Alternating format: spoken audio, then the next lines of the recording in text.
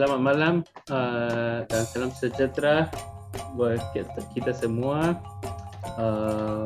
Pertama-tama saya ingin mengucapkan ribuan terima kasih kepada panitia yang telah mengundang saya untuk berpartisipasi dalam acara ini. Walaupun secara online, saya rasa event ini mungkin luar biasa karena ada peserta dari Jakarta, dari Palu, dan saya di Malaysia yang dapat bagi pemikiran mengenai buku ini. Oke, saya akan mencoba meringkas isi buku dan menyebutkan beberapa aspek yang penting yang dapat menggara diskusinya setelah presentasi dari semua peserta. Oke, pada bab pertama buku ini, Pak Amin memperkenalkan Kakula sebagai studi kasus untuk memahami konteks tradisi ini di daerah Sulawesi Tengah. Bab satu ini membahas konteks sosial dan budaya di Sulawesi Tengah dan penerapan kebijakan kebudayaan dalam provinsi ini yang bernegosiasi dengan proses membentuk identitas nasional di Indonesia setelah kemerdekaan. Bagi saya, bab ini sangat penting karena bukan hanya kebijakan kebudayaan yang dibentuk pada saat itu, tetapi juga konsep seni pertunjukan, ya, yang terdiri atas bidang musik, tari, dan teater. Dan semua genre ini digunakan untuk membuat pertunjukan baru dalam masyarakat Kaili untuk menunjukkan identitas diri dalam tingkat nasional, ya. Bab 2 menganalisis Kakula sebagai budaya material, penanda identitas, dan Pak Amin membahas metodologi penelitian yang dilakukan di Sulawesi Tengah. Walaupun bab ini berdasarkan disertasi dalam proses lakukan penelitian di tahap S3 Pak Amin, namun bab ini saya rasa menjadi referensi yang baik pada praktisi budaya dan orang etnomusikolog yang juga kemudian adalah komposer dan bagian dari tradisi yang diteliti untuk membahas satu perspektif yang emik, ya, daripada yang etik. Dalam bab 3, Pak Amin membahas Kakula Nuada sebagai tradisi dan warisan orang Kaili di Kota Palu. Kemudian Kakula Kreasi Baru sebagai perkembangan pasca kemerdekaan dalam konteks nasional di Indonesia. Dan terakhir, Ensemble Modero Palu sebagai satu pendekatan baru terhadap seni pertunjukan dalam era reformasi di Sulawesi Tengah dan Indonesia juga, ya. Kakula yang di Sulawesi Tengah ini merupakan bagian dari budaya Gong yang membentang dari Sumatera Barat hingga Filipina Selatan dan Indonesia Timur. Namun, Sulawesi Tengah yang dekat secara geografis dan dari segi budaya juga dengan Filipina Selatan ada dalam zon Sulu, ya, atau Sulu Zone, yang dikonseptualisasikan oleh James Warren dalam bukunya ini, The Sulu Zone. Dan wilayah ini memainkan peran yang penting dalam pertukaran ekonomi dan budaya, terutama sejak abad ke-18. Di sini ada beberapa contoh Kakula atau lebih dikenal dengan sebutan kulintang yang menjadi floating term atau term yang digunakan di beberapa tempat di daerah tersebut. Jadi bisa dilihat kulintang ini dari Maranao, komunitas Maranao, ini dari komunitas Maguindanao di Filipina Selatan. Ini adalah kulintang yang punya orang Yakan di Pulau Basilan. Ini adalah tradisi kulintang orang Tausug di Holo, di Pulau Holo. Ini adalah tradisi kulintang dalam masyarakat orang Bajau atau Sama di bagian Filipina Selatan dan di Sabah di Malaysia. Dan ini adalah contoh Gulintang orang Toli-Toli di Sulawesi Tengah, dan ini adalah kakulanya di dalam masyarakat Kaili ya di Palu. Jadi ini adalah konteks kakula dalam daerah ini Son Sulu. Nah kemudian seperti Pak Amin telah bentang tadi, setelah kemerdekaan di Indonesia, sang maestro ini, Hasan Baswan, mengembangkan ensemble kakula dengan memperluas tangga, nada, dan menambahkan juga alat baru. Dan hal ini sejalan dengan perkembangan nasional dan kebijakan kebudayaan pada saat itu.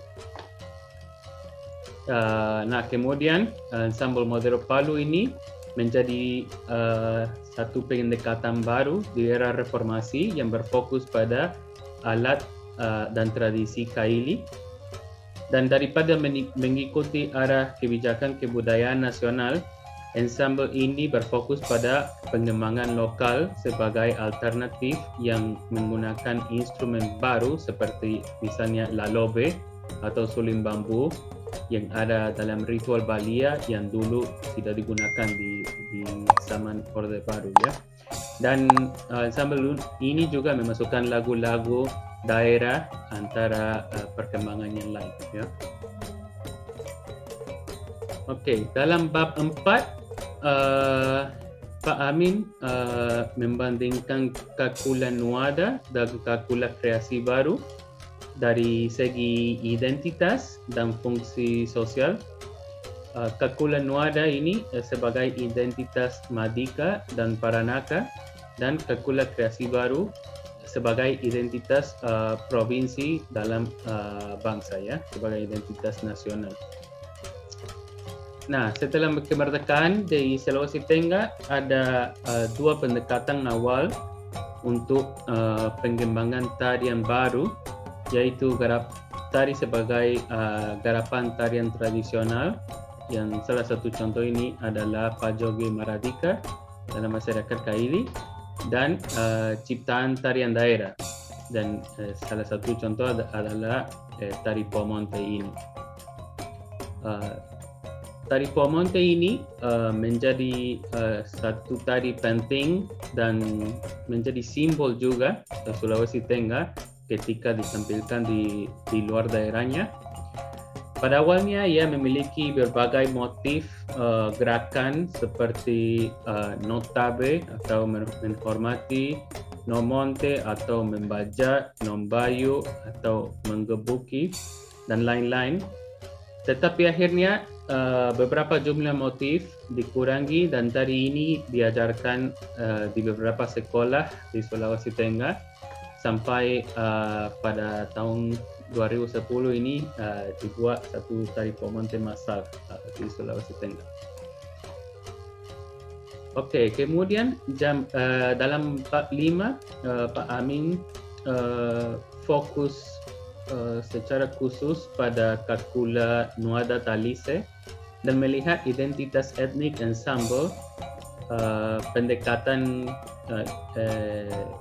pada alat instrumen ini dengan bekas lampu Petromax dan plat besi, dan perkembangan lokal seperti pengenalan melodi lagu serta melodi dari ritual Balia. Hal ini menunjukkan bahwa tradisi tersebut tidak tetap tapi juga berkembang, dan Pak Amin menganggap posisi keluarga pemain kakula dari Talise yang bukan merupakan warisan Paranaka ya, seperti dia bilang tadi. Studi kasus ini saya rasa menjadi kajian penting karena ensemble dan keluarga Talise ini terletak mungkin agak jauh sedikit dari tempat Soul Raja atau tempat tinggal Raja dan keluarganya dulu. Oleh kerana itu, ensemble kakula Nuada Talise yang ini tidak menganggap diri sebagai warisan Paranaka dan dapat memasukkan melodi baru dari lagu serta melodi dari ritual Kaili. Saya sendiri telah mendokumentasikan tradisi kakula yang dekat dengan Soul Raja ini Dan meskipun pemain kakula itu sebenarnya bisa main akordeon dan alat musik lain, untuk kakula dia hanya memainkan repertuar yang tradisional Kaili. Jadi hal ini saya rasa mendukung teori Pak Amin mengenai perkembangan kakula Talise sebagai bukan kakula Paranaka dalam konteks Talise ini. Ensemble ini juga menggunakan instrumen buatan lokal dengan buatan lokal seperti ini. Dengan cara ini, pemain kakula sebenarnya dapat mengubah nada agar sesuai dengan tradisi keluarganya. Ini menjadi satu alternatif penting saya rasa daripada impor alat dari Jawa yang kemudian menjadi sulit untuk disettle dan memiliki estetika yang berbeda, baik dari segi suara maupun teknik bermain. Nah, kemudian dalam bab 6, Pak Amin membahas kakula kontemporer dan identitas individu terhadap tradisi ini. Beliau membahas konsep ethnotainment dan pendekatan ensemble model Palu terhadap arrangement lagu rakyat, lagu daerah, dan genre seperti dangdut dan keroncong, serta ide musik partisipatif dan representasional. Bab ini melihat perkembangan arrangement baru, rekaman album, dan tur ensemble model Palu yang ke Thailand dan Filipina. Di Thailand, ensemble ini tampil di beberapa tempat penting seperti BACC atau Bangkok Arts and Culture Center dan memberikan workshop di sejumlah universitas di Bangkok. Di Filipina, ensemble model Palu bermain di 3 kota dan juga dapat menyaksikan musik kulintang seperti ini yang adalah tradisi dari Mindanao, dan juga sempat kolaborasi dalam satu komposisi baru dengan masyarakat yang lain yang juga punya tradisi kulintang ini. Nah, kemudian setelah berdiskusi dengan Prof. Ramon Santos, dia adalah seorang komposer, musikologis, dan etnomusikologis yang sangat penting di Filipina. Beliau kata, ini dalam bahasa Inggris, tapi dalam bahasa Indonesia, dia kata di Filipina kita perlu mencari pendekatan baru dalam penyajian budaya tradisional agar menarik bagi audiens baru. Ensemble Anda, jadi ensemble model Palu ini telah menjadi contoh bagi kelompok lain, dia bilang. Jadi ini adalah pernyataan penting dan festival ini menjadi kesempatan pada ensemble yang tampil untuk berbagi pendekatan baru terhadap tradisi di daerah Suluson ini ya, yang biasanya tidak dapat bertemu satu sama lain karena ada batas negara antara Filipina, Malaysia, dan Indonesia. Ya. Nah, kemudian tur ini juga menjadi saya rasa sangat penting bagi Sulawesi Tengah yang mendorong ensemble lain untuk menghasilkan musik baru untuk mewakili tradisi setempat. Sebuah artikel yang ditulis untuk koran lokal setelah ensemble model Palu kembali ke Sulawesi Tengah dari Thailand, dia mengatakan judulnya tunjukkan budaya gong bukan hanya gamelan. Ya, saya rasa ini jadi event yang sangat penting bagi orang Kaili khususnya dan Sulawesi Tengah pada umumnya. Oke, dan yang terakhir dalam bab 7, Pak Amin dalam penutupnya dia membahas tentang dialektika kakula dan peran individu dan ensemble terhadap revitalisasi, representasi, dan kolaborasi untuk orang Kaili.